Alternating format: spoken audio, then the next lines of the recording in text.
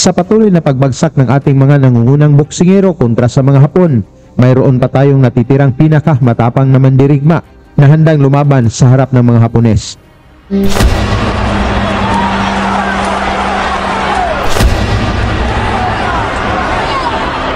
Ito ay ang pagbabalik ni Janriel Cuadro Alas Casimero kung saan haharapin nito ang kilabot na Mexican boxer sa laban na gaganapin sa baluarte ni Naoya Inoue sa Yokohama, Japan ngayong October 13, 2024 kontra kay Saul Sanchez ng Mexico. Na may 31 wins, 3 losses at 13 knockouts na bumiktima na ng dalawang Pinoy na sina King Arthur Villanueva Saul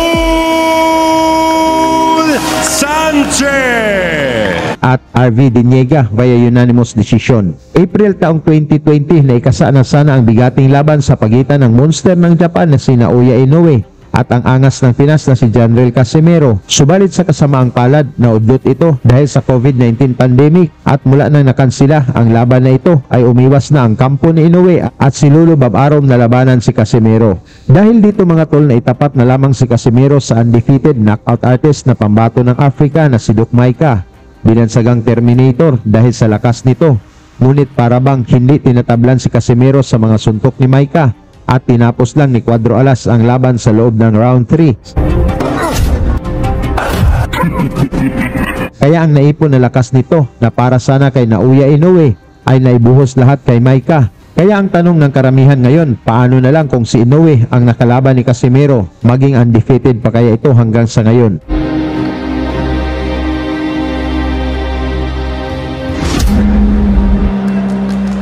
Upang lalo nating maunawaan mga tol kung gaano ba kalakas si Casimero, atin mo nang balikan itong laban ni Casimero kontra sa pinakamalakas na pambato ng Mexico na si Cesar Ramirez. Sa kanilang laban mga tol, ay malaki ang kumpiyansa ng Mexicanong si Ramirez na matalo nito si Casimero dahil nagmula ito sa 6 na magkasunod na panalo at rank number 10 sa pound for pound rankings at si Casimero daw ang sunod nitong biktima at hindi na lalampas sa round 3. Kaya sa kanyang interview, matapang na sinabi nito na knockout ang abuti ni Casimero sa kanilang laban. What's your prediction?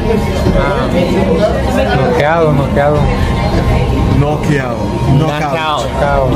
Lalo na si Casimero ay binigyan lang ng 2 oras upang makuha ang target na timbang. Kaya makita mo sa mukha ni Casimero mga tol ang hirap dahil sa mabilisang pagbawas ng timbang. Halika mga boxing fans, ating balikan kung paano pinabagsak ni Casimero ng 4 na beses itong mayabang na Meksikano sa harap mismo ni Manny Pacquiao. Dala ni Casimero mga tol ang 26 wins, 4 losses na may 19 knockouts, habang si Ramirez naman ay may 18 wins, 3 losses at 11 knockouts. Ito ay para sa depensa ni Casimero sa WBO Interim Bantamweight title na naganap sa San Andres Sports Complex sa Malati, Manila. Sa pagbungad ng unang round mga tol, malalakas na suntok na kaagad ang pinakawalan ng 2 boxers na gustong tapusin ng maaga ang laban. Dito naramdaman ni Ramirez mga tol kung gaano katigas si Casimero na para bang hindi tinatabla ng suntok kahit pa nagbawas ito ng timbang. For Casimero, who really likes his right hand as we've seen in previous fights, Canito. Well, Casimero is a very, very aggressive fighter. As you see, he's leading off with the left hand, but his right hand is always cocked. That's the big punch that he wants to unload. That right hand, it can be either a kung bumayo na suntok sa kalaban. Yes. We're talking of Ramirez. And of course, Cuadro Alas, the Filipino, trained alongside Casimero, wanting to let his power be known early, it seems like. You also see the left hand of Casimero. Really? Sometimes down. The key word here for Casimero is pressure. He needs to put a lot of pressure on Ramirez, put him on his back. Just trying to be more aggressive now, though, but still missing. There's a slip. Slick spot there in the corner. Sa round 3 mga tol, mga solidong suntok na ang pinapatama ng 2 boxers, ngunit nagpakita din ng tibay itong padala ng Mexico. Nice overhand right scored there by Ramirez. And Casimero, you get the feeling that he wants to turn this into a brawl. He wants to throw bombs. That's Casimero's style. Yep. He's going to be prepared to throw them.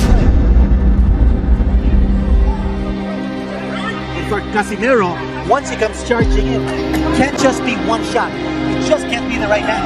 That time, Oh, that was knockdown. Mula sa atake ni Ramirez mga tol, tumama ang counter ni Cuadro Alas, bagsak ang Mexicano, ngunit nagpakita din ito ng tapang. Beautiful left hand. Nice counter there. Perfect time.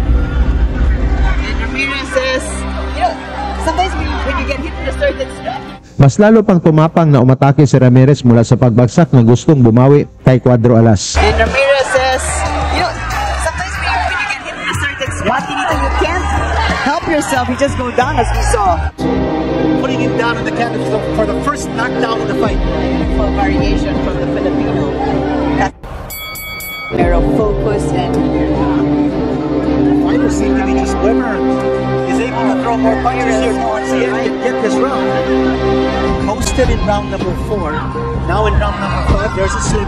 There's a slip. Oh, they call it. Solidong counter na naman ang naipatama ni Casimero, bagsak si Ramirez, ngunit may reklamo ito sa referee na hindi daw siya tinamaan. They call a knockdown. Ramirez is not happy with that call. Oh, they call a knockdown. That's a big one. That's a big match. Here another right. Oh, nice. Wow, solid right from the Mexican. That got Casimero's attention. Yep. It's getting interesting, Tenito. Yeah, he's gonna want to get back. Here he is throwing his left and right. Casimero's holding on. Dito sa round 6 mga tol, nakapatama ng mga solidong suntok si Ramirez at gustong pabagsakin si Casimero. Ngunit kaya itong tanggapin ni Cuadro Alas na gustong manalo sa harap ng mga Pilipino. A nice shot to the body by Casimero that time. Attack Casimero, so Casimero has to come closer. Use it in. To Ramirez, put his head on Ramirez's chest and wail away. Nice shot to the body there by Casimero from short distance. His answers. Not much sting in his punch though. See a little bit of blood coming out of the nose of Ramirez. Oh, that was a big right from Ramirez. Oh, another right. Oh, Ramirez now pouring it on. Big round here for Ramirez. Corner getting really excited. Another strong right from the Mexican. Pouring it on, Kenita, right here. Big round here for Ramirez. That time Casimero throwing the right hand. Crowd loving the action. This fight is not going to go to distance. No, Casimero. Round 7, tila ba nagising ang angas ng Pinas mula sa nagdaang round at Casimero and the third round and the fifth round. the right still not from the nose of the Mexican. He has to come up with something big. Exactly. at nagpakita na ito ng tunay na lakas kay Ramirez. Sa round na ito, mag-uumpisa nang lumambot ang depensa ng dumayong Mexicano. Napaniguradong naramdaman na ang bigat ng kamao ng ating pambato. Fighters are down. You also see that Ramirez is breathing from the mouth. He's having difficulty breathing because of the. Oh, another solid right from Casimero. And he's down. Oh. He's down. Mula sa mabilis na suntok ni Casimero, bagsak si Ramirez at muntikan pang mahulog sa ring. They're gonna call a knockdown. Wow. A solid. Casimero through the ropes there. There's Oh blood. man, this is all heart now for the Mexican. Oh! Not oh boy! One more big punch. And he's really shaking necks. Nice shot there by Ramirez. Ramirez fights back. Oh, look at Ramirez. What a heart. Mexican warrior. Out to catch their breath. Oh, solid up. To let out those punches and boxing. That was a solid right from Right hand. And Casimero. answer. Casimero just looking to hold on. That time he scored with a left hand. Scored with a nice left hand. It's just like what happened. No warning. Strong body shot there from Casimero and Sa pagpapatuloy ng matinding sagupaan ni Casimero at Ramirez sa round 10, Madid, Sa round 10 mga tol, mas lalong agresibo itong sa Ramirez dahil sa akala nito na nanghina na si Casimero mula sa pagbawas ng timbang. Ang hindi nito alam ay humanap lang ng magandang timing si Cuadro Alas upang tapusin ang laban. Filipino duels And what about this body attack now? Oh boy. John Riel Casimero. He seems to want to finish the fight in this round. Can he do it? Ramirez seems to be folding up here. And he's fighting back. When he's taking those shots Oh, to the midsection, he's grimacing in pain. Again, a shot to the side of the body by John Riel Casimero. Yes. On his body.